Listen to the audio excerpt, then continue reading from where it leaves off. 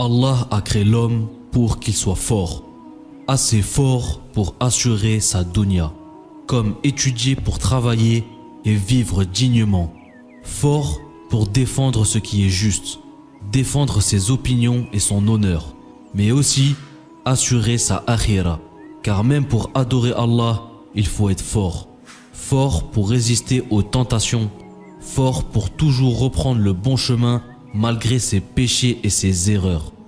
Abu Huraira, qu'Allah l'agréé, relate que le messager d'Allah, paix soit sur lui, a dit: le croyant fort est meilleur et plus aimé de Dieu que le croyant faible. Allah aime que son serviteur soit fort à une exception près. En effet, il y a une faiblesse qu'Allah aime en nous. Regardez bien cette vidéo jusqu'à la fin pour découvrir de quelle faiblesse il s'agit vraiment. Si Allah a créé l'homme pour qu'il soit fort, pourquoi donc l'encourager à cette faiblesse? Quelle est cette faiblesse qu'Allah aime tant en nous? Eh bien, mes frères et sœurs, cette faiblesse est la modestie. C'est le fait de se montrer faible avec ses frères et sœurs et toujours faire preuve d'humilité envers eux. Mais comment faire preuve d'humilité afin qu'Allah soit satisfait de nous? Nous verrons les 3 grands aspects de la modestie plus loin dans cette vidéo. Abu Sa'id al-Khudri, qu'Allah soit satisfait de lui, rapporte que le prophète sallallahu alayhi wa sallam a dit: qui est humble devant Dieu, Dieu le rehaussera. Ainsi Allah subhanahu wa ta'ala a accordé à l'humilité énormément de mérite, car c'est un caractère des plus nobles, une grande qualité que seuls les grands hommes savent réellement en faire preuve. Pour cette raison, l'islam lui a accordé beaucoup d'attention et a incité les fidèles d'Allah à acquérir cette belle qualité. Mais qu'est-ce que l'islam entend réellement par l'humilité? Le Cheikh Salih al-Mari a dit: alors qu'un jour Al-Hassan, Younous et Ayoub, qu'Allah soit satisfait d'eux, étaient assis à évoquer les mérites de l'humilité, Al-Hassan dit à ses 2 amis: savez-vous ce qu'est réellement l'humilité? Il s'agit de sortir de chez soi et de ne pas croiser un musulman sans considérer qu'il a un mérite qu'on n'a pas. Dans un sens, cela veut dire qu'on n'a jamais de raison pour se croire supérieur aux autres, qu'il faut constamment se rappeler qu'Allah déteste l'orgueilleux et le prétentieux.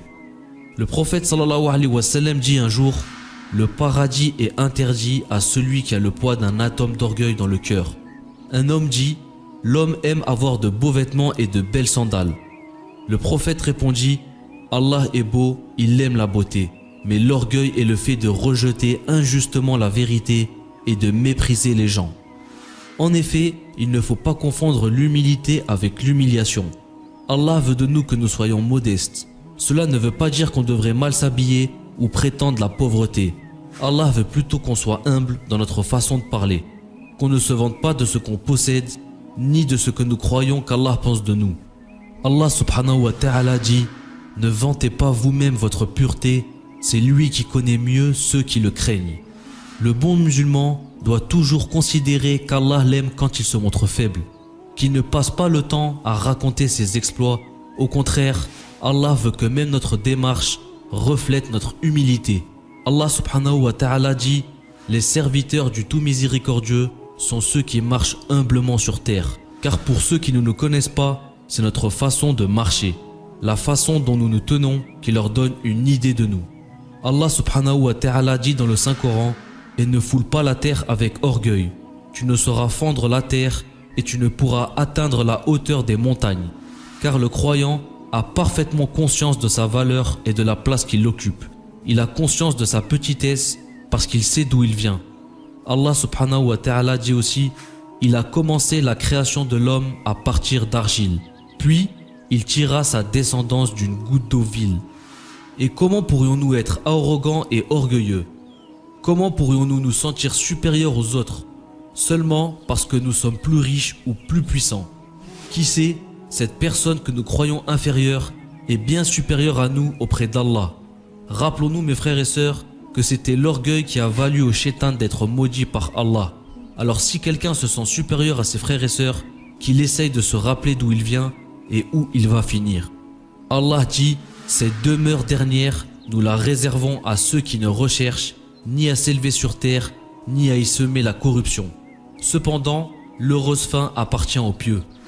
Qui de meilleur auprès d'Allah subhanahu wa ta'ala que notre prophète Mohammed sallallahu alayhi wa sallam? Et pourtant, il était toujours humble et ne prenait jamais les gens de haut. Bien au contraire, il s'asseyait avec les compagnons comme s'il était un homme comme les autres. Il irait s'asseoir là où il trouvera une place. Au point qu'il était difficile pour ceux qui ne le connaissent pas de le reconnaître parmi les compagnons. Selon Abu Dhar et Abu Huraira, qu'Allah soit satisfait d'eux, le prophète Mohammed sallallahu alayhi wa sallam s'asseyait au milieu de ses compagnons et quand un étranger venait, il ne pouvait savoir qui il était sans le demander. Nous avons alors demandé au prophète de lui attribuer une place particulière pour qu'il puisse être reconnu par un étranger si l'un d'eux se présentait. Le meilleur des hommes, celui qu'Allah aime le plus, et il était aussi humble et modeste. C'est d'ailleurs pour cette raison, pour sa façon d'être, que beaucoup se sont convertis à l'islam.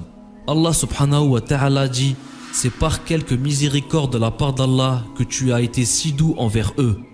Mais si tu étais rude, au cœur dur, ils se seraient enfuis de ton entourage. Pardonne-leur donc et implore pour eux le pardon d'Allah. Et consulte-les à propos des affaires. Puis une fois que tu t'es décidé, confie donc toi à Allah. Allah aime en vérité ceux qui lui font confiance. Et c'est pour cela que notre prophète nous a longuement incité à la modestie et à l'humilité. Le prophète sallallahu alayhi wa sallam dit aussi: Allah m'a relevé de vous ordonner l'humilité, afin que nul ne méprise un autre et que nul opprime un autre. Et plus on fait preuve de modestie, plus Allah subhanahu wa ta'ala nous élèvera. Le prophète sallallahu alayhi wa sallam a dit: donner l'aumône n'a jamais diminué les biens du donateur. Et Allah ne fait qu'augmenter l'honneur de celui qui pardonne aux autres. Et personne ne fait preuve d'humilité pour Allah sans qu'il ne l'élève en degrés.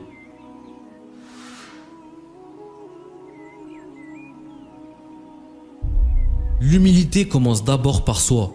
Nous devons être humbles avec nous-mêmes. Nous ne devons jamais prétendre être plus savants que les autres, ni prétendre être plus pieux ou que nous craignons Allah plus que les autres. Aucun de nous ne possède de garantie d'aller au paradis. Après tout, seul Allah subhanahu wa ta'ala peut en juger. Allah a dit: et sachez qu'Allah s'interpose entre l'homme et son cœur, et que c'est vers lui que vous serez rassemblés.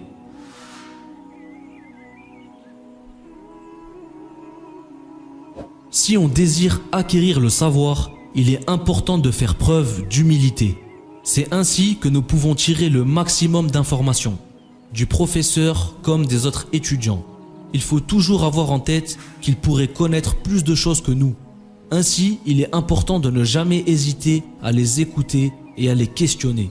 Al-Asma a dit: celui qui ne peut supporter l'humiliation de l'apprentissage un certain temps devra subir l'humiliation de l'ignorance toute sa vie.